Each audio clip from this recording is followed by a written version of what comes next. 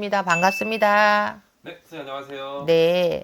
영화 대사 중에 아주 유명한 대사가 하나 있어요. 58년 개띠 우명규 사장님 이 씨발놈아, 내 한마디 할게.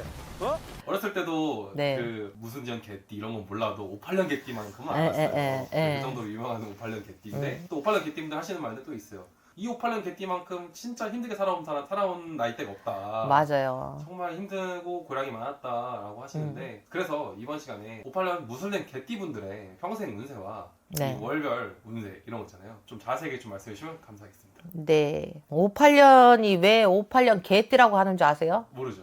억척스러워서 그래. 억척스러워서.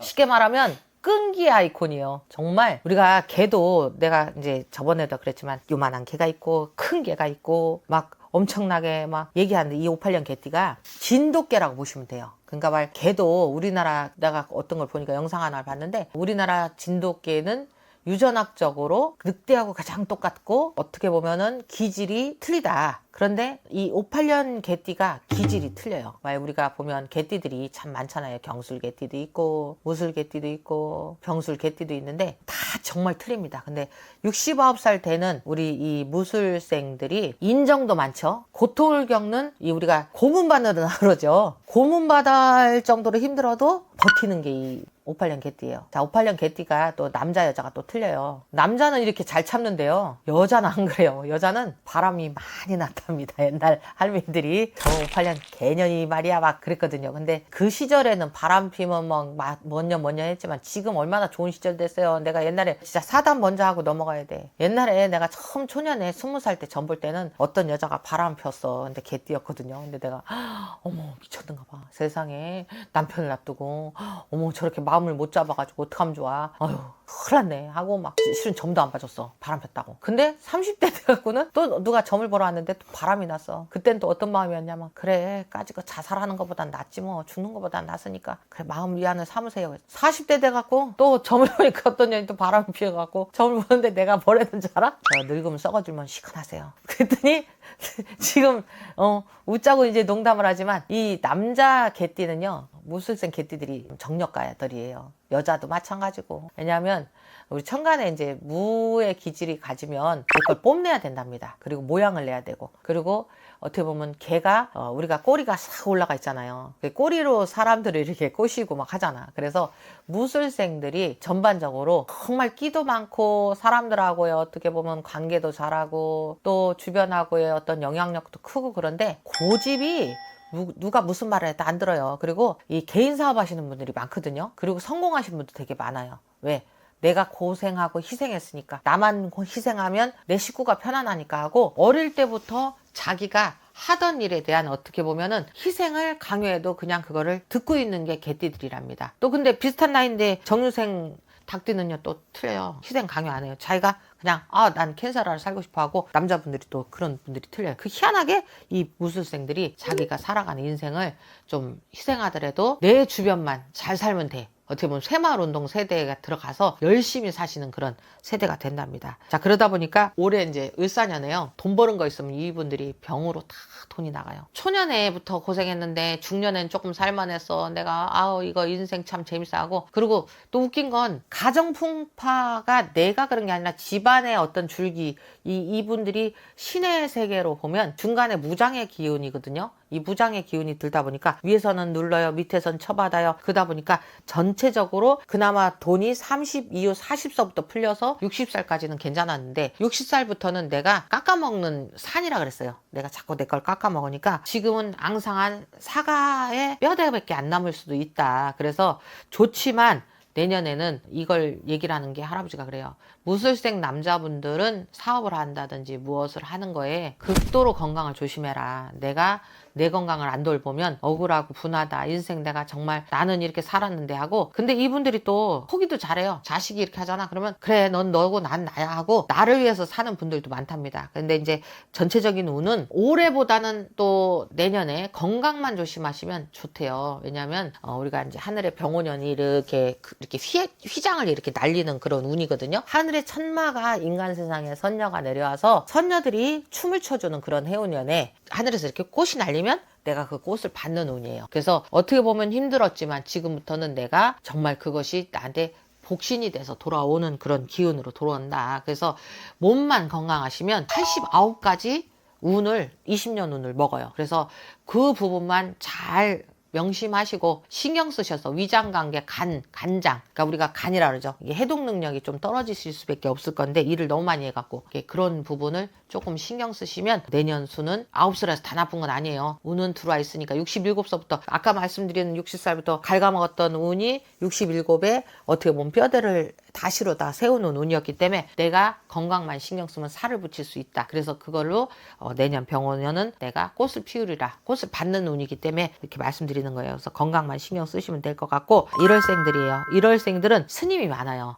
남아미탑을 관세음보살 찾으시는 남자도 있고 여자도 있고 또 전도사님도 많아요. 목사님도 종교에 기여하시는 분들이 많은데 내년 수전에 우리 이분들이 예를 들어서 넘어지면 조금 고생을 하시니 차 조심, 길 조심, 낙마 조심을 해라 이렇게 얘기를 하십니다. 자, 2월생들이에요. 2월생들은 재개발에 투자해 놓은 게 있으면 그걸 가지고 정리정돈이 되는 해다라고 얘기를 하십니다. 근데 딱 떨어지게 2월생들이 다 잘 풀린다가 아니라 2월생들이 어떻게 보면 지금 골머리 아팠던 것이 좀 풀어져 나갈 수 있으니 그거를 좀 의지 삼아서 가면 되겠다라고 얘기합니다. 3월생들이에요. 전반적으로 개띠 3월생들이 이제 우리가 보면 이렇게 땅이 굳어져 갖고 봄이 이제 땅이 녹잖아요. 그래가지고 거기 싹이 올라오는 잔디가 이렇게 파릇파릇 올라오는 시절이 되면 그렇게 좋아한대요. 개들이 막 비비고 하잖아. 그 냄새를 좋아하고. 그래서 3월생들이 한량이 많아요. 이분들이 또 뭐라 그러죠? 학생들을 가르치는 선생님들이 되지 않았으면 기술자로서 이름을 드높이는 분들이 많거든요. 그러다 보니까 내년에 정년퇴직 하신 분들 말고도 내 손기술을 부릴 수 있는 그런 기술자의 기운이 다시 작용을 한대요. 그래서 3월생들은 내가 새로운 일에 다시 들어가는 운이 작용을 한다. 대신에 이제 사람 보증 쓰지 말래요. 옛날에 보증 쓰면 내가 패가망신 한다 그랬잖아. 근데 제가 지금 말씀드리는 건 저 사람 괜찮아 걱정하지 말고 써. 이 소리는 절대 3월생들은 하면 큰일 난답니다. 그것만 조심하시면 된대요. 무술생들 4월생들입니다. 4월생들이요 교수님들이 참 많아요. 근데 이 무술생 4월생들의 그 문학적인 어떤 기질은요, 그 우리가 보면 작가들 있잖아요. 노벨상 받고 하는 그런 예술적 감각이 다른 사람보다 특출나답니다. 이분들이 내년에 4월생들이 그런 어떻게 보면 상 받을 운이 들어가 있으니까 늦깎이가 됐더라도 뭐 작가로서 등단한다든지 생각지도 않았던 인생의 전환점이 늦게 다시 오니 기대해도 좋겠다라고 얘기를 합니다. 자, 개띠 또 5월생이에요. 이분들은 운이 너무 좋아서 이만큼 큰 그릇에 비가 화자작 와서 좀 당기면 좋은데 쓰나미의 운이 들어오네요. 그러다 보니까 밥그릇도 뺏길 수 있으니까 절대 경찰에 시비, 그리고 누가 길 가는데 젊은이가 시비한다고 의욕심 발휘하지 말고 피하시랍니다. 안 그러면 내가 검난을 당한다라고 얘기를 해요. 5월생들 그렇게 꼭 알고 계시랍니다. 자, 여자간 남자간 똑같아요. 개띠 6월생들입니다. 개띠 6월생들은 아집이 있대요. 그러니까 누구보다도 센 고집을 가지고 사람들한테 지시를 하고 시비를 하는 게 있을 거니 내년에 이 개띠들의 운이 시비수가 좀 있네요. 지금 이렇게 할아버지가 얘기를 하는데 들어보니까. 그러니까 6월생들이 사람들하고의 관계에서 내가 옳고 그름을 논하지 말고 한 발 물러서고, 나이 들면은 귀도 잘 안 들리고 눈도 잘 안 보여야 되는데 왜? 좀 젊으니까 하는 소리를 못 들은 척도 해줘야 되고 못 본 척도 해줘야 세대가 바뀌어서 인생이 바뀌니까. 근데 콩콩 따지는 운이 들었어요. 그거를 조심해야 되겠다라고 얘기를 합니다. 개띠 7월생이요. 내년에 암 수술할 수 있는 게 아주 크게 들어옵니다. 병액병살이 들어오니까 뭐 이렇게 얘기하면 다들 그래요. 뭐 그러면 뭐 뭘 어떻게 하고 살아란 얘기냐고. 근데 이 얘기를 드리는 이유는 안 좋은 거를 피해 가시라고 말씀을 드리는 거고, 또 좋을 수도 있는 거를 이렇게 우리가 토정비결 할아버지들이 이렇게 재밌게 옛날 정초에 1월 1일부터 15일까지 일부러 앉아서 책을 놓고 막 토정비결을 들고 나는 뭘 조심하면 되겠네, 꽃이필이라 하고 막 생각지도 않았던 얘기를 한대요. 근데 지금 이 7월생 분들이 오장이 뒤집어진다라고 하니까 그거는 큰 병일 수도 있어요. 그러니까 좀 조심들 하시고 음식을 가려 드셔야 되는데, 이건 뭐냐면 상가집 가시다든지 잔치집 가서 절 받은 음식 먹고 오면 한참 아플 수도 있으니까 오장이 뒤집어진대요. 그러니까 나도 할아버지가 얘기해 주는 거를 지금 여기서 설명하는 걸 얘기를 설명하려니까 이게 이제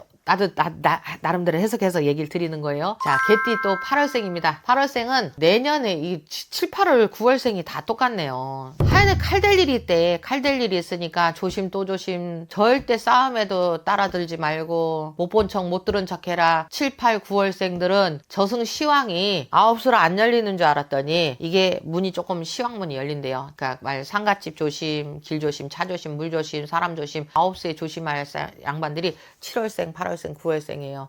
이렇게 똑같이 가니까 조심 또 조심하시랍니다. 제가 이제 상담을 하다 보면 나는 정말 개띠 몇 월생인데 안 맞네 하는 분들이 있어요. 근데 제가 이제 항상 전보다 보면 그분들은 민증상도 틀리고 조금씩 틀리더라고요. 그러다 보니까 다 똑같을 수는 없겠죠. 근데 조심하시라고 말씀드리는 거고, 개띠 10월생은요, 원하는 거에 대한 꽃을 피우리라. 이건 뭐냐면요, 생각지도 않게 아들에 대한 어떤 그 연락 두절을 했어.